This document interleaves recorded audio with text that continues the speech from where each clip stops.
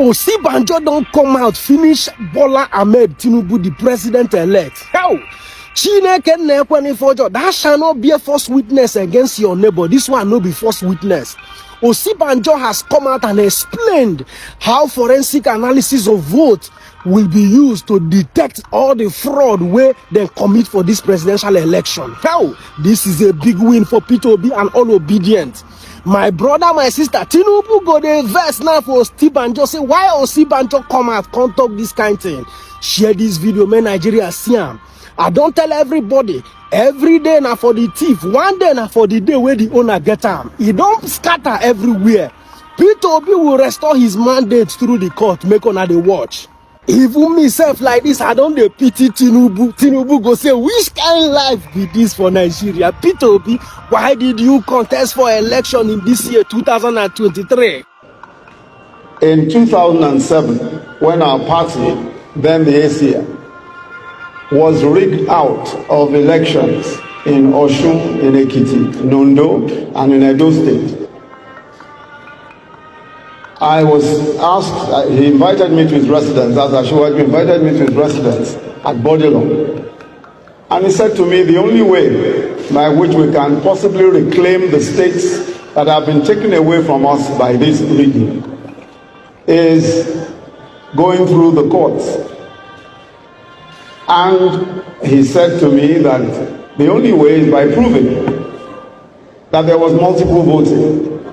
In other words, proving that a few people simply thumbprinted ballot papers, dumped the ballot papers into ballot boxes, and they were counted in favor of the opposition, then of course the PDP.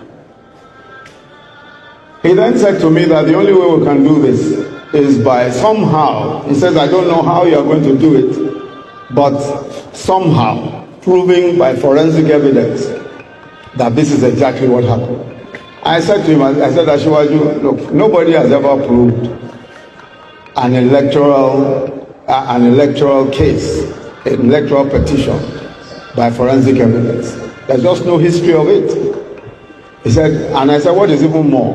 We have over a million ballot papers. If we consider all of the ballot papers in each of these states, there are over a million. In fact, at the time, there were about 1.3 million ballot papers, putting together all the states. And how can we prove multiple voting? He said, you know, I've told you what my own view is. You just go and look for a way of sorting this out. So I went to the UK and met with possibly the most experienced fingerprint expert in the entire United Kingdom, a gentleman called Adrian Forty, introduced to me by some of the QCs who I'd worked with in the UK.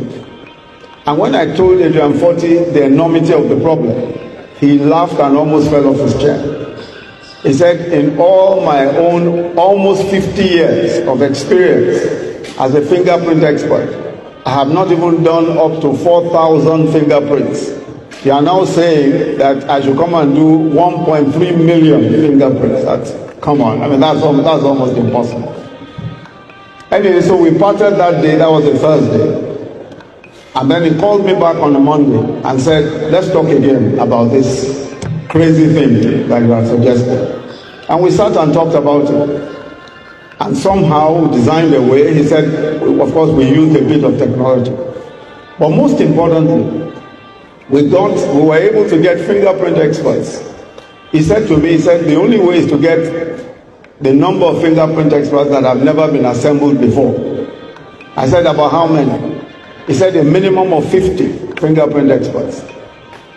In the end, we hired 63 fingerprint experts, 63. 50 of them were from the UK police. What was even more interesting about that was that even to get the UK police to support us, Ashiwaju had to come all the way from Nigeria to come and talk to friends and people who knew to try and persuade the authorities to let us use the UK police. In the end, they allowed us to, of course, in the spare time of those policemen. And we got an additional 10 policemen. Altogether, 63 policemen. working flat out for almost 6 months. We were able to put together for the first time, definitely in the history of electoral petitions anywhere in the world, we were able to put together a solid forensic case that showed that all of the places where we were defeated, it was on account of multiple thumb printing. And we also demonstrated that it was impossible for those who said they voted. For instance, we showed that if you cast 20,000 votes in a particular unit, when we calculated the time that it takes to cast one single vote, it's usually above 5 minutes. But we discovered that our friends in that other political party were able to cast their votes in 5 seconds, because all they were doing was simply thumb printing. They just simply take out a booklet and thumb print as many as possible. So we were able to demonstrate all of that in court. Cut a long story short, one by one, we were able to get back the states that had been taken away from us. The only way by which that could ever have been achieved is surely not just by the vision, but by the determination of the leader of our leader at that time. It was, of course, the leader of the ACN at the